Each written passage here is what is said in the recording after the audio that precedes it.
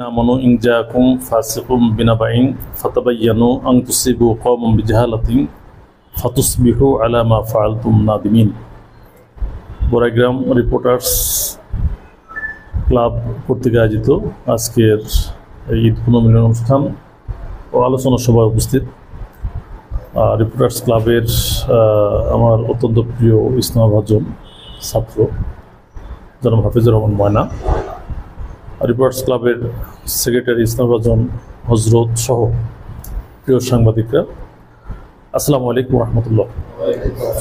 আমি লম্বা বক্তব্য দেব না, মূলত ঈদ পুনর্মিলনী ও আলোচনা সভায় সাংবাদিকতা পেশায় গুরুত্ব এবং লক্ষণীয় যেটা বা আবশ্যকীয় যেটা এমন জাস্ট দুই একটি কথা তুলে দেবো ইনশাআল্লাহ। সূরা হুজরাতের একটি আয়াত আমি তেলাওয়াত করেছি, সূরা হুজরাতের 6 নম্বর আয়াতটার আলোকে মূলত আমার কথা বলবো। তা হলো যে রাসূল আকরাম সাল্লাল্লাহু আলাইহি ওয়াসাল্লামের সময়ের একটি প্রসিদ্ধ ঘটনা। আল্লাহ রাসূল যাকাত আদায়ের জন্য একজনকে, এক সাহাবাকে একটা গোত্রের কাছে প্রেরণ করছিলেন। ওই সাহাবার সাথে ওই গোত্রের পূর্বের একটা শত্রুতা ছিল,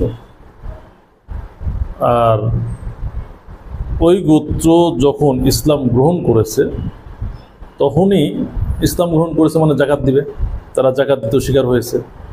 কথা ছিল আল্লাহ রাসূল তাদের কাছে দুধ পাঠাবেন, তারা কড়ায় গন্ডায় জাকাত হিসাব করে দিয়ে দিবে। যথারীতি আল্লাহ রাসূল লোকও সিলেক্ট করেছেন, দুধও সিলেক্ট করেছেন, পাঠিয়ে দিয়েছেন। এই সাহাবা তাদের কাছে যেতে ভয় পাচ্ছিল, আর যেতে দেরি হওয়ার কারণে তারা চিন্তা করেছে যে আল্লাহ রাসূল তো কোনো কারণে পাঠান নাই, লোক পাঠান নাই, আল্লাহ রাসূল আমাদের মধ্যে রাগ করলেন কিনা। এই জন্য উল্টো তারা জাকাত নিয়ে আল্লাহ রাসূলের কাছে আসার জন্য রেডি হয়েছেন, রওনা হয়েছে, আসা শুরু করেছে। আর এই সাহাবাও মোটামুটি আস্তে ধীরে ভয় চিন্তা সব আশঙ্কা সব মিলেই এই সাহাবাও সেখানে যাচ্ছিলেন। মাঝপথে উনি যখন দেখছেন যে তারা এগিয়ে আসছে, এই সাহাবার মনে হয়েছে যে কোনো না কোনোভাবে আমি যে যাচ্ছি তারা বুঝতে পেরেছে, হয়তো আমাকে ধরার জন্যই তারা রওনা হয়েছে। উনি তড়িঘড়ি করে উল্টা পথে আল্লাহ রাসূলের কাছে এসে রিপোর্ট করেছেন, তাহলে যে তারা জাকাত দিবে না, উল্টো তারা আমাকে মারার জন্যই, আমাকে ধরার জন্য তারা অগ্রসর হচ্ছিল, আমি পালিয়ে এসেছি। এই সময় আল্লাহ রাসূল সিদ্ধান্ত তখন দেননি, চিন্তা করছিলেন যে জাকাত দিতে যেহেতু অস্বীকার করেছে তাদের বিরুদ্ধে পানিশমেন্ট মূলক গ্রুপ পাঠাবে। আরেক বর্ণনা অলরেডি গ্রুপ পাঠিয়েছেন, তাদেরকে বলেছেন তোমরা যাচাই বাছাই করে আগে দেখো যে ঘটনাটা কি। যাই হোক, এই ঘটনা নিয়েই মূলত সূরা হুজরাতের 6 নম্বর আয়াত, যেখানে আল্লাহ তাআলা বলছেন যে হে ঈমানদাররা, যদি তোমাদের কাছে কোনো ফাসিক ব্যক্তি কোনো খবর নিয়ে আসে তাহলে তোমরা সেটা যাচাই বাছাই করবে। কোনো কওমের বিপক্ষে কোনো নিউজ নিয়ে আসলো, কোনো ঘটনা নিয়ে আসলো, ফাতাবাইয়ানু, তাহলে সেটা তোমরা যাচাই বাছাই করো। কেননা যাচাই বাছাই না করে যদি তোমরা কোনো পদক্ষেপ গ্রহণ করো তাহলে হতেই পারে এই ভুলবশত, জাহেলিয়াত, অজ্ঞতাবশত এমন কোনো পদক্ষেপ গ্রহণ করলে যেটা কারণে পরবর্তীতে তোমাদেরকে অপমানিত হতে হবে, যেটা কারণে তোমাদেরকে লজ্জিত হতে হবে, এমন কোনো পদক্ষেপ গ্রহণ যেন না হয়। এটা আমার মনে হয় যে সাংবাদিকতার জন্য খুবই গুরুত্বপূর্ণ একটা নির্দেশনা। সে আমার সাথে কারো শত্রুতা আছে, পারিবারিক হতে পারে, সামাজিক হতে পারে, পলিটিক্যাল হতে পারে, সে শত্রুতার কারণে যেন আমাদের কোনো নিউজ অপরের বিরুদ্ধে না হয়।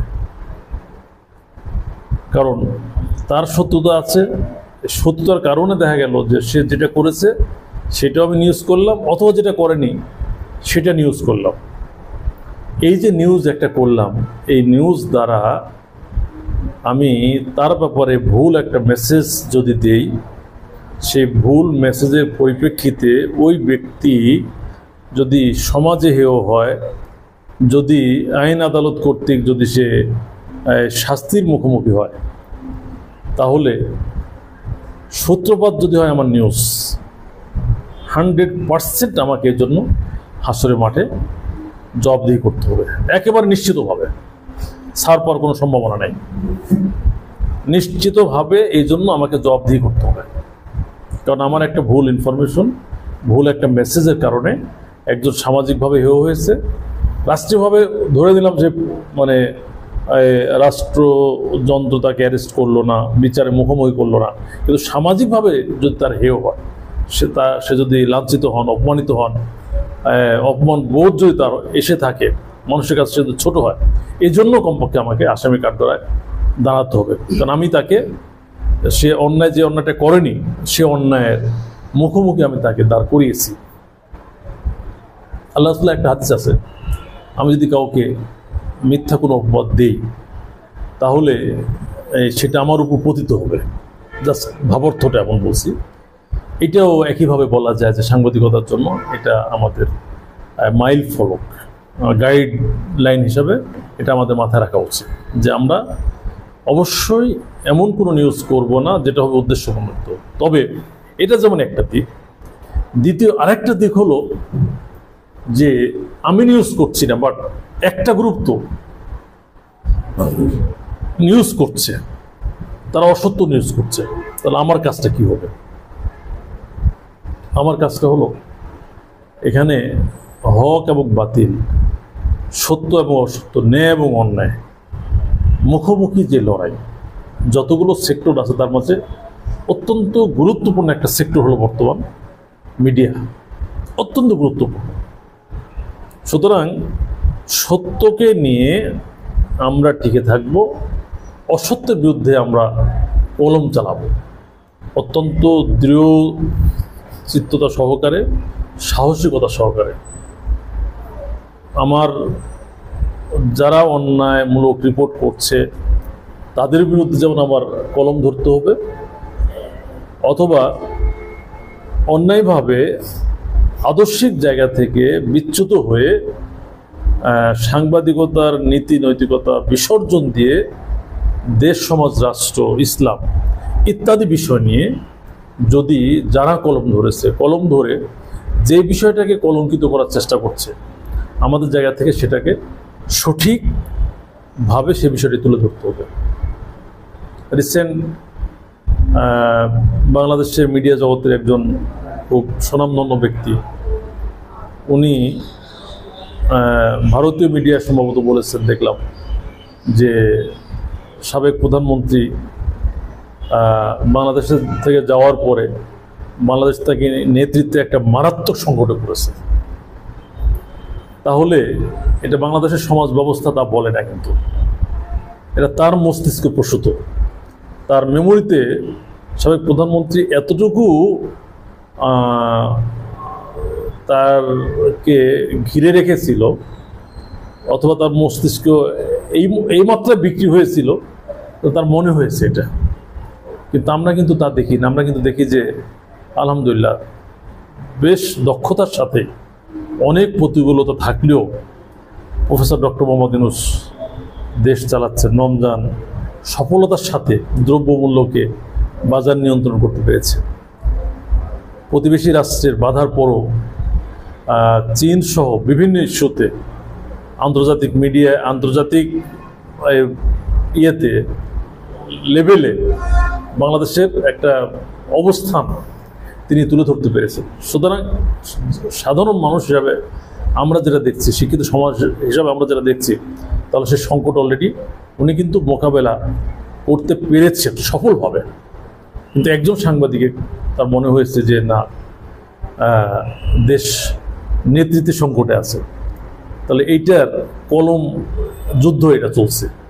এই কলম যুদ্ধের সৈনিক সাংবাদিকরা, বিকল্পে আদর্শিক দেশের, দশের, জাতির পক্ষের দেশপ্রেমিক সাংবাদিক হিসাবে আপনাদের দায়িত্ব হলো সঠিক জিনিসটা তুলে ধরা। উনি মস্তিষ্ক বিক্রি হয়ে যাওয়ার কারণে উনি একটা অসত্য জিনিস তুলে ধরছেন, এখানে সঠিক জিনিস তুলে ধরা। সেম ইসলাম ফোবিয়া ইত্যাদি ক্ষেত্রে যদি কেউ কলম ধরে, ওই জায়গায়ও সঠিক আদর্শিক বক্তব্যটা তুলে ধরার দায়িত্ব হলো সাংবাদিকদের। দেশ নিয়ে ষড়যন্ত্র, জাতি নিয়ে ষড়যন্ত্র, ইসলাম নিয়ে ষড়যন্ত্র, এই ক্ষেত্রেও তবে সকল ক্ষেত্রেই কলম ধরলেও খেয়াল রাখতে হবে, আমি কলম ধরছি এটা আমার একটা জিহাদ, কিন্তু ন্যায়ের পক্ষে আমার একটা লড়াই। এই ন্যায়ের পক্ষের লড়াইয়ে অংশগ্রহণ করে অসত্যকে মিশিয়ে আবার আমার আমলনামা যেন ভারী না হয়, সেদিকে আমাকে খেয়াল রাখতে হবে। সেটা যদি হয় তাহলে আমি তার আমার মাঝে পার্থক্য থাকবো না। এই পার্থক্যটাই জাতির সামনে তুলে ধরতে হবে যে না, আমরা আদর্শিক জায়গা থেকে সত্যের পক্ষে, দেশের পক্ষে, সাধারণ মানুষের পক্ষে, দশের পক্ষে, ন্যায়ের পক্ষে। এটা যদি আমরা তুলে ধরতে পারি তাহলে মিডিয়া জগতে একটা বিকল্প শক্তি হিসাবে রিপোর্টার্স ক্লাব আগামী দিনে ইনশাআল্লাহ দাঁড়াতে পারবে।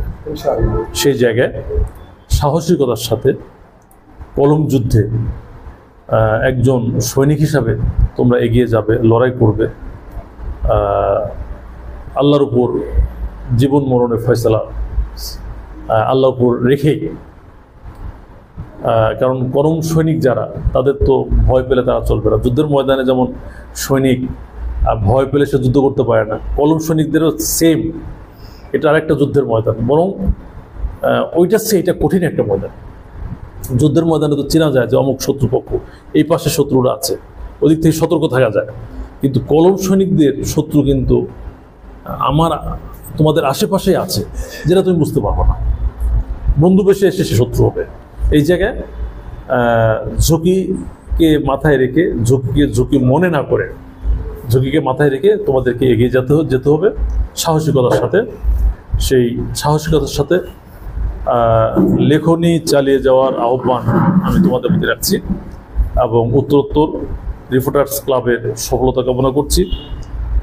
কলম সৈনিক হিসাবে এই ময়দানে যেন তোমরা বীরত্বের সাথে আদর্শকে নিয়ে লড়াই করতে পারো এবং দেশ, সমাজ, জাতি, ইসলাম, এই সকল ক্ষেত্রে যেন সাহসিকতার সাথে তোমরা ভূমিকা রাখতে পারো, এই আহ্বান, এই প্রত্যাশা ব্যক্ত করেই আমার সংক্ষিপ্ত কথা, আলোচনা সভা সংক্ষিপ্ত কথা শেষ করছি।